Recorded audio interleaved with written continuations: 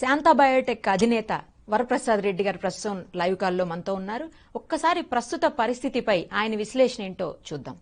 Sir నమస్తే అండి. నమస్కారం సార్, ఇప్పుడు ఉన్నటువంటి ఈ పరిస్థితికి అంటే వ్యాక్సినేషన్ పూర్తి స్థాయిలో మనం చేయలేకపోవటానికి మనం ఎక్కడ ఫెయిల్ అయ్యాము, ఏం చేస్తే బెటర్ అవుతుంది సార్? మీ సజెషన్ ఏంటి సార్? వ్యాక్సినేషన్ పూర్తిగా ఎందుకు చేయలేకపోయాం, అది కదా మీ ప్రశ్న. మనం వ్యాక్సిన్ చేయగల సామర్థ్యం ఉంది, డెవలప్ చేయగలిగిన సామర్థ్యం ఉంది. 1-2 కంపెనీలు 3 కంపెనీలు తయారు చేసాయి. డెవలప్ చేయడం వేరు, దాన్ని విస్తృతంగా ఉత్పత్తి చేయడం అదొక వేరే ప్రక్రియ. అంటే అంత కెపాసిటీస్ మన కంపెనీలకు ఉన్నాయా లేదా అన్న అవగాహన మన ప్రభుత్వానికి లేకపోయింది. భారత్ బయోటెక్ వాళ్ళు సాలీన 70 కోట్ల వ్యాక్సిన్లు చేయగలరు అని మాత్రం తెలుసు. కానీ 70 సరిపోతాయా మనకు? సంవత్సరానికి 70 కోట్లు అంటే సుమారుగా 6 కోట్లు 7 కోట్లు నెలకి, అంతే కదా? అంతే సార్. మనకు కూడా జనాభా ఎంతమ్మా? 137 కోట్లు. మరి మన జనాభాకి కావలసినటువంటి వ్యాక్సిన్లు ఎన్ని? ఒక్కొక్కరికి 2 డోసులు ఇవ్వాలి ప్రస్తుతానికి. ఒకప్పుడు 3 కూడా ఇవ్వాల్సిన అవసరం రావచ్చు అని చెప్పి అంటున్నారు. ఒకవేళ కేవలం 2 అనుకున్నా సుమారుగా 300 కోట్లు వ్యాక్సిన్లు కావాలి. కొంత వేస్టేజ్ పోతుంది, కొంతమంది రిపీట్ అవుతుంది. అంటే ఆ షెడ్యూల్ లోపల వేసుకోకపోతే 2వ డోసు మళ్ళీ మొదలెత్తి చేసుకోవాలి. అంటే 300 కోట్లు కావాలి.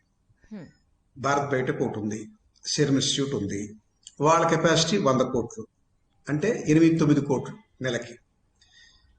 ఇది కూడా 2 కలిపినా కూడా సంవత్సరానికి 170 కోట్లు మించి లేదు. ఇండియన్ ములాజికల్స్ ఉంది, వాళ్ళకి సామర్థ్యం 20 కోట్లు 30 కోట్లు. ఇక పానిషియా బయోటెక్ ఉంది. ఇందరూ అన్ని వాళ్ళ కెపాసిటీ అన్ని మిగతా వ్యాక్సిన్లు చేయకుండా కేవలం కోవిడ్ మీదనే దృష్టి పెడితే కూడా చాలదు. ఈ విషయం తెలియదా ప్రభుత్వానికి? వాళ్ళకి కదా లైసెన్సులు ఇచ్చేది. ఇలాంటి అత్యేక పరిస్థితుల్లో కెపాసిటీస్ పెంచుకోండి, మీరు అర్జెంటుగా ప్రిపేర్ కండి, లేదా బయట నుంచి మనం ఇంపోర్ట్ చేసుకోవాలి, బయట కంపెనీలకు మనం ఆర్డర్లు ఇచ్చుకోవాలి. ఈ 2 కనీసం ఆలోచించుంటారు కేంద్ర ప్రభుత్వం. అవునా? ట్రంప్ని మనం అతను ఒక బఫూన్ అని, అతను ఒక ఇడియట్ అని, అతను ఒక తెలివి తక్కువవాడని రకరకాలుగా కామెంట్ చేసుకున్నాం, నవ్వుకున్నాం. జోకులు కార్టూన్లు అన్ని చూశారు. అలాంటి బఫూనే 33 కోట్ల వాళ్ళ జనాభా, అమెరికా జనాభా, 65 కోట్ల వ్యాక్సిన్లు కొనిపెట్టేసుకున్నాడు. డెవలప్ చేయకముందే ఒప్పందాలు చేసుకున్నాడు ఫైజర్ కంపెనీతో, జాన్సన్ కంపెనీతో, ఫైజర్తో. $2 బిలియన్ వాళ్ళకి ముందుగా అడ్వాన్స్ ఇచ్చేసాడు. డెవలప్ చేయండి వ్యాక్సిన్, మనకు 65 కోట్లు నాకు కావాలి. ఎప్పుడు? ప్రారంభ దశలో. ఇప్పుడు వ్యాక్సిన్ వచ్చాక కాదు, వ్యాక్సిన్ డెవలప్ చేయండి రా అని కంపెనీ చుట్టూ తిరిగి $2 బిలియన్ ఇన్వెస్ట్ చేశాడు వాళ్ళ ప్రజల కోసం. మన కేంద్ర ప్రభుత్వం ఏమైనా చేసిందా? చెప్పండి సమాధానం. నేను ప్రశ్న అడుగుతున్నాను, ఎందుకు చేయలేదు అని నేను అడిగాను అనుకోండి, ఏం జవాబు చెప్తారు? మీరేం చెప్తారు?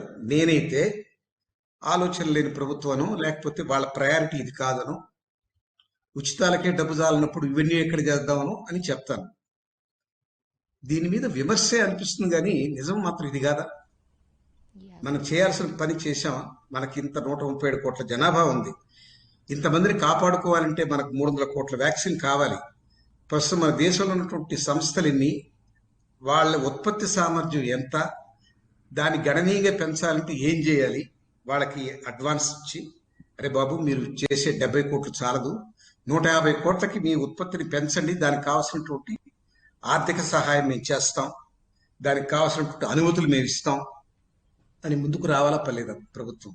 ఆ రకమైనటువంటి ప్రోయాక్టివ్ కాల్ తీసుకొని వాళ్ళు ఆ రకంగా ముందుకు వచ్చి సంస్థలతో మాట్లాడుకోవాల్సిన అవసరం ఎంతైనా ఉందా లేదా? ఖచ్చితంగా ఉంది. కానీ చేయలేదు. మనకు ఫస్ట్ వేవ్ వచ్చినప్పుడే వణికిపోయాం. పడకలు చాలలేదు, ఐసోలేషన్ వార్డ్స్ చాలలేదు, కంటైన్మెంట్ జోన్స్ చాలలేదు, ఎపిడమియాలజిస్ట్ చాలలేదు, సప్లైస్ మందులు లేవు. ఇవన్నీ మనం అనుభవించి నేర్చుకున్న గుణపాఠం ఏమిటి? 2వ వేవ్ వస్తుంది తెలుసు అందరికీ. ఎలా తెలుసు?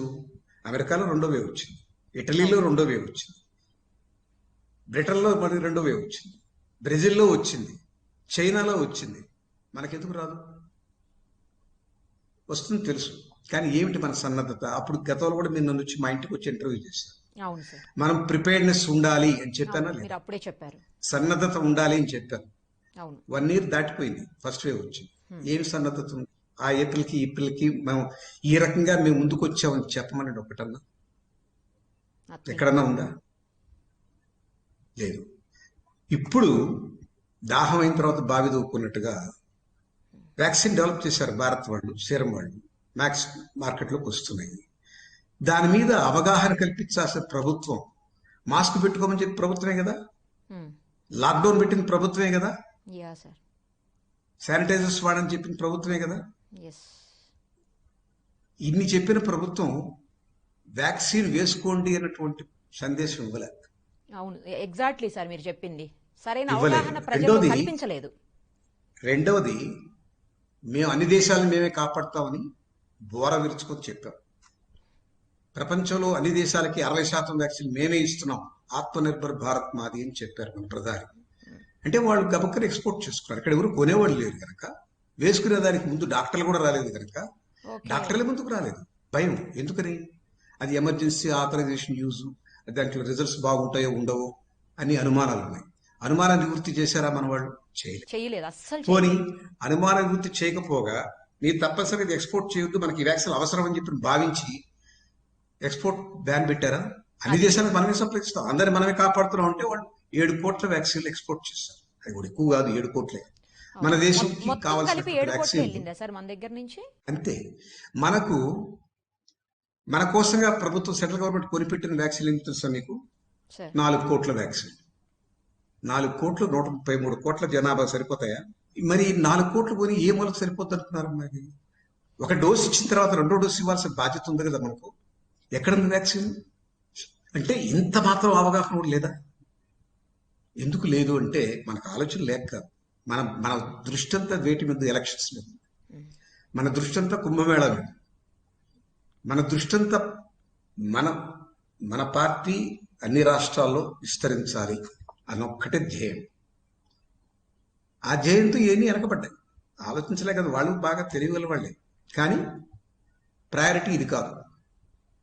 ఇది కేవలం వైఫల్యం అని అనకూడదు, నిర్లక్ష్యం. ఒకప్పుడు మొట్టమొదటి కోవిడ్ అనేది కనపడినప్పుడు ఢిల్లీలో ముస్లిమ్స్ వాళ్ళు ఏదో మీటింగ్ పెట్టుకున్నారు ఢిల్లీలో. దాని మీద మనం ఎన్ని కథనాలు అల్లాం. వాళ్ళు మనల్ని ఇన్ఫెక్ట్ చేయడానికే పంపించారు. ఇది మానవ తప్పిదం, మానవ ద్రోహం. కుంభమేళ ఏమనాలమ్మా మనం? ఇది అదే కదా. అక్కడ కేవలం ఎంతమంది? 2,000 మందో 3,000 మందో కలిశారు. లక్షలు కుంభమేళాకి. ఎలక్షన్ క్యాంపెయినింగ్ లో వీధికి తిరిగిన నాయకులు, వాళ్ళతో ఉన్నటువంటి వందమాగదులు, వాళ్ళతో ఉన్న అనుచరులు, వీళ్ళు లక్షల మందే. ఏది ప్రయారిటీ? ఒక విషయం అడుగుతాను, చాలా సింపుల్గా ఆలోచించండి. మనకు అనేక యూనివర్సిటీస్ ఉన్నాయి, అనేక కాలేజీలు ఉన్నాయి, ఎన్నో సంస్థలు ఉన్నాయి. వాటికి అధికారులు రిటైర్ అయిన తర్వాత వాళ్ళనే కొనసాగిస్తున్నారు, కానీ కొత్త వాళ్ళు పెట్టలేదు. వాళ్ళు మేము చేయలేమని దిగిపోతే ఖాళీగానే ఉన్నాయి, అవి భర్తీ చేయలేదు. ఒక శాసనసభ్యుడు చనిపోయాడు అనుకోండి, దానికి ఉప ఎన్నిక అంత అర్జెంటా? అది ఖాళీగా ఉండకూడదా? యూనివర్సిటీలో వైస్ ఛాన్సలర్ లేకుండా ఖాళీగా ఉండొచ్చు యూనివర్సిటీ. ఒక ఎమ్మెల్యే మాత్రం లేకపోతే కొంపలట్టుకుపోతాయి, వెంటనే ఉప ఎన్నిక పెట్టాలి. ఎందుకట్లా? ఏది ప్రయారిటీ? మీకు అర్థమైందా నా బాధ? అర్థమైంది సార్. బాధ్యత గల ఉద్యోగి అతను చనిపోయో లేకపోతే అతను రిటైర్మెంట్ అయితే ఆ ఖాళీని భర్తీ చేయడానికి మాత్రం మన ప్రభుత్వాలు ముందుకు రావు. ఒక ఎమ్మెల్యేను, ఒక ఎంపీను లేకపోతే వెంటనే ఉప ఎన్నిక. అంత అర్జెంటా?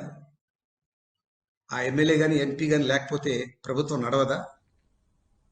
ప్రజలకు నష్టం కలిగిపోద్దా? ఒక యూనివర్సిటీలో ఒక వైస్ ఛాన్సలర్ లేకపోతే ఎంత నష్టం ఉంటుందమ్మా? ఎంతమంది విద్యార్థుల భవిష్యత్తు పాడైపోతాయి? Correct sir. దేనికి మనం ప్రాధాన్యం ఇస్తున్నాం అనేది చాలా ముఖ్యం. మన ప్రభుత్వానికి, ముఖ్యంగా సెంట్రల్ గవర్నమెంట్లో కేవలం అన్ని రాష్ట్రాల్లో వాళ్ళ జెండా ఎగరాలి, అదొక్కటే ప్రధానమైన లక్ష్యంగా కనిపిస్తుంది. ఆ కారణంగానే ఈ నిర్లక్ష్య ధోరణి, ఈ రకమైనటువంటి నష్టం జరిగింది. ఇది చరిత్ర వాళ్ళని క్షమించదు.